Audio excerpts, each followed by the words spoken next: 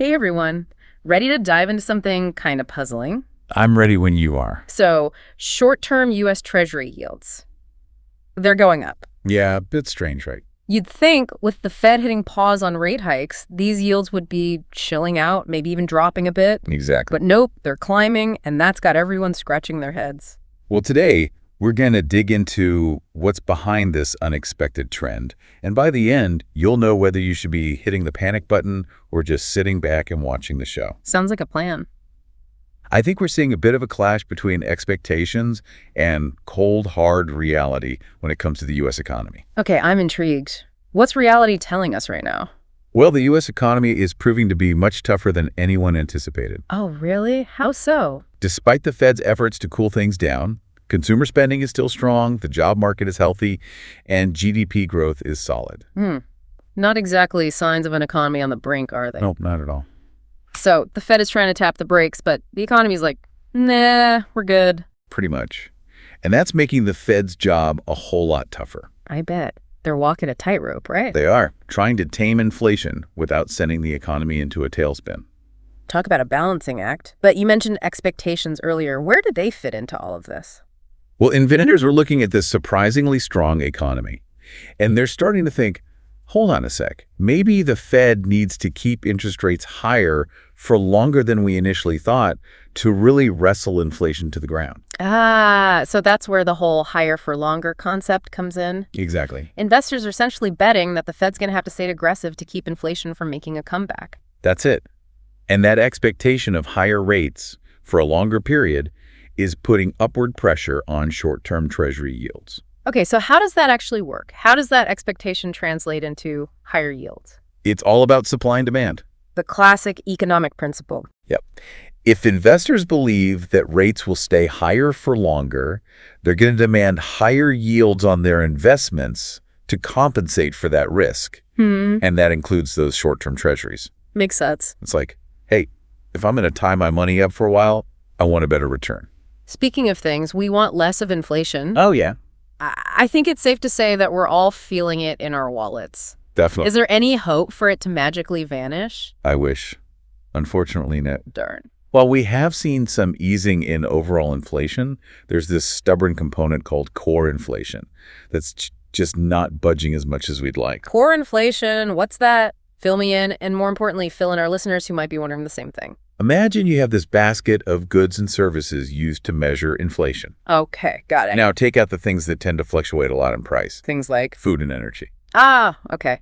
What you're left with is core inflation. So it's like the more stable underlying part of inflation. Exactly. It gives us a clearer picture of those underlying price trends in the economy. Gotcha.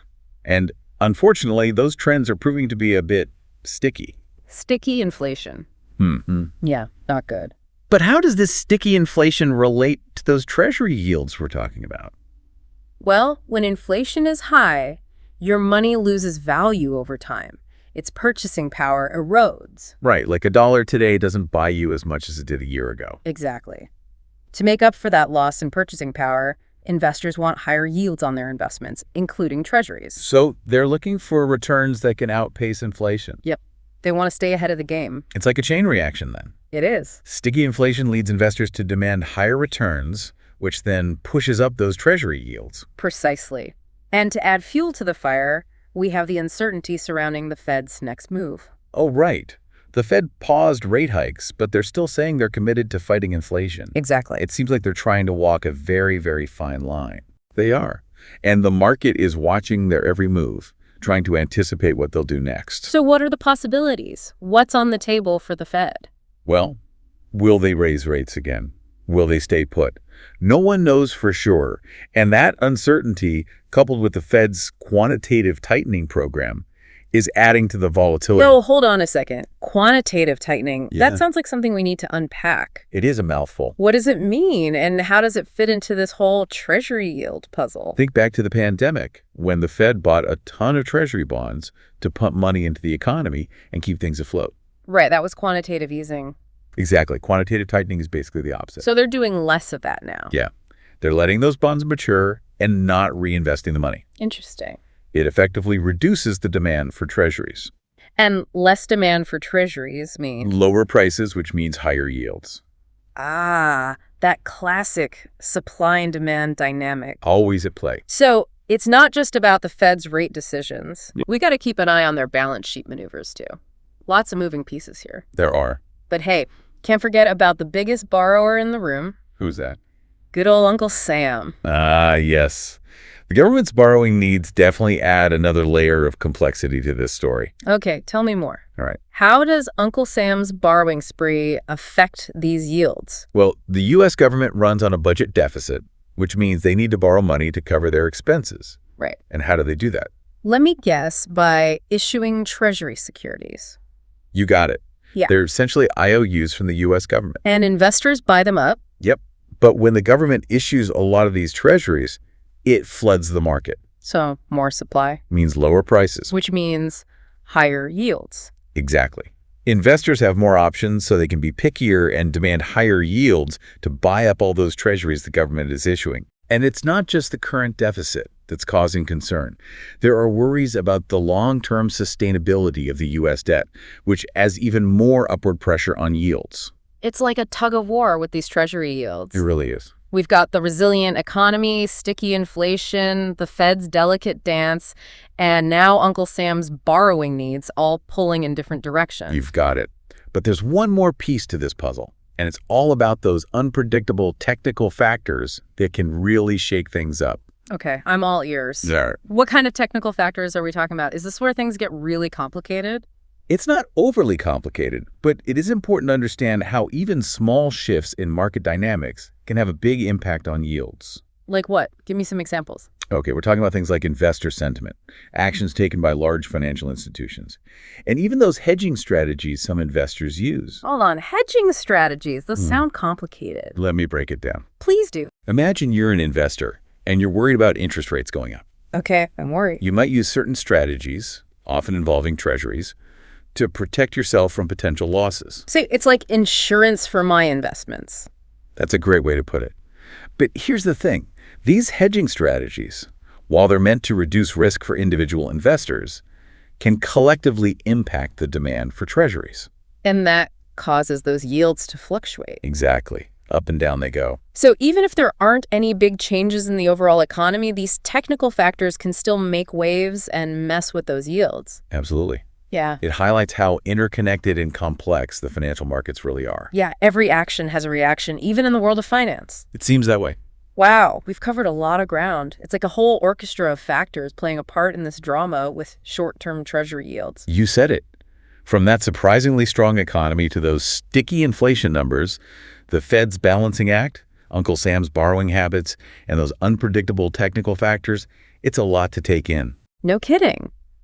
But I think our listeners are starting to get a clearer picture of what's going on. I hope so. Understanding the why is always the first step. Totally agree. But now for the million-dollar question. One everyone's thinking about. What does all of this mean for our listeners? Should they be freaking out about these rising yields?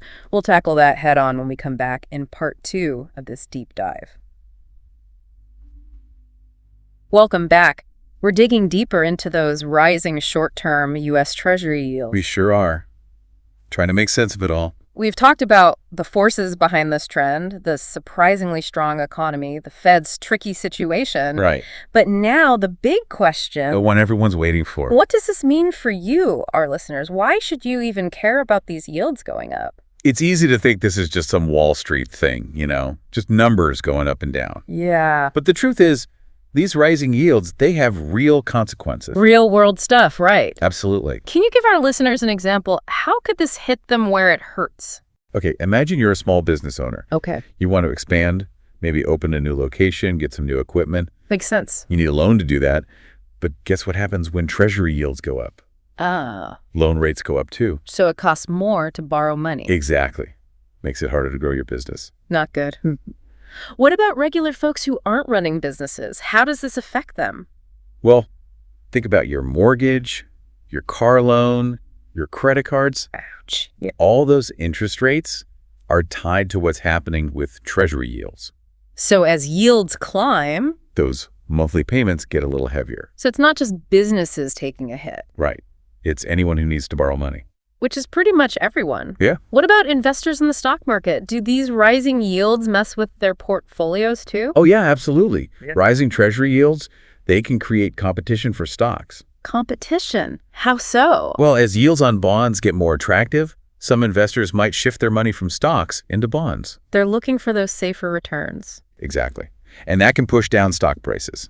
Interesting. It's like a seesaw. One goes up, the other goes down. Got it. And what about the US dollar? We haven't talked about that yet. Oh, good point. Higher yields can attract foreign investors looking for better returns. They want a piece of the action. Yep.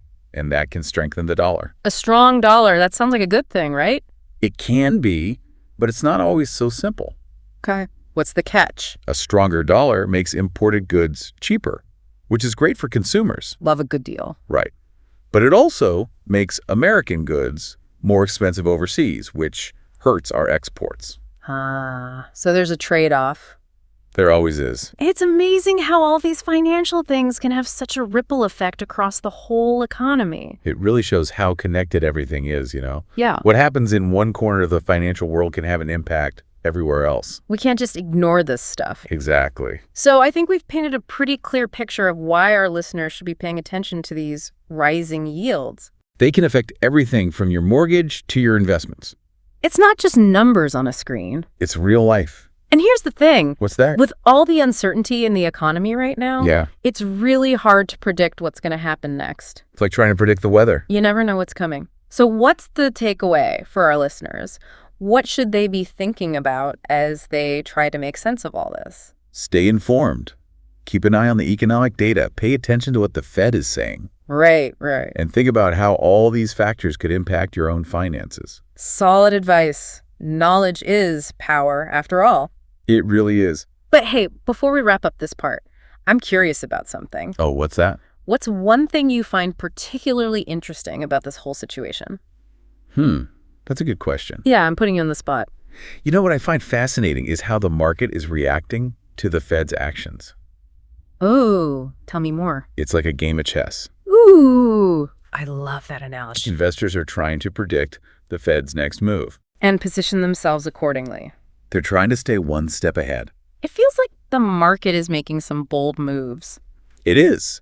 Investors aren't just reacting to what the Fed actually does. Oh, what else are they doing? They're also reacting to any hints or signals about what the Fed might do in the future. Trying to read between the lines. Exactly. It's like a constant back and forth, you know. It's a dynamic situation, that's for sure. It keeps things interesting. So for our listeners who are eager to stay ahead of the curve, The ones who want to be in the know. what's the best piece of advice you can offer? Stay curious. Keep learning about how the economy works. Right. The more you understand, the better decisions you can make about your own money. Well said. I think we've given our listeners a lot to think about today. I hope so. But we're not done yet. In the final part of this deep dive, we'll explore some strategies for navigating this tricky terrain. We'll give you some actionable advice. Stay tuned. All right, we're back. Final part of our deep dive into those rising short-term US Treasury yields. We've covered a lot of ground. We've talked about why it's happening, how it could affect you. Right. Now, let's get practical. Okay. What can you actually do about it? That's the important question, right? It's easy to feel overwhelmed when things get complicated in the financial world. Definitely. Like, what steps can I even take? Right, like, does any of this actually matter to me? Exactly. But even though these market movements might seem kind of abstract or far away, they can really impact your finances. So we got to be prepared. Exactly. So let's talk strategy. Right. What are some concrete things our listeners can do to navigate this whole situation? Well, first things first, make sure you've got a solid financial plan. Okay, back to basics. Yeah. Take a look at your budget, your savings goals, your investment strategy. It's like your financial roadmap. I love that. Helps you stay on track. Even when things get bumpy. Exactly. And when it comes to these rising yields, your financial plan can help you make smart decisions. Give me an example. Okay, let's say you're thinking about buying a house or a car, something that needs financing. Big purchase. Yep. It might be a good idea to lock in a fixed interest rate now before those rates climb even higher. That makes sense. No one wants to get hit with a surprise increase in their monthly payments. Better safe than sorry. Exactly. What about investments? What should people be thinking about on that front? Diversification is key. Don't put all your eggs in one basket. Exactly. Make sure your portfolio has a good mix of stocks, bonds, maybe even some alternative investments. Spread the risk. Yep. That way, you're better prepared for whatever the market throws at you. So we've got a solid financial plan. We're diversifying our investments. Anything else? Sometimes it's helpful to have a pro in your corner. Call in the reinforcements. Exactly. A financial advisor can help you create a plan that's tailored to your specific needs and goals. Personalized advice. Yep. They can help you navigate all the complexities. That can be a lifesaver. It can. But at the end of the day, the most important thing is to empower yourself with knowledge. Education is key. The more you understand about the economy and how things like Treasury yields work, the better decisions you can make about your own money. Couldn't agree more. Knowledge is power. Absolutely. Well, I think we've given our listeners a lot to chew on today. We've covered a lot. We've gone deep, but I think it's been worth it. I agree. Hopefully everyone feels a little more informed. And a little less intimidated by those rising yields. That's the goal.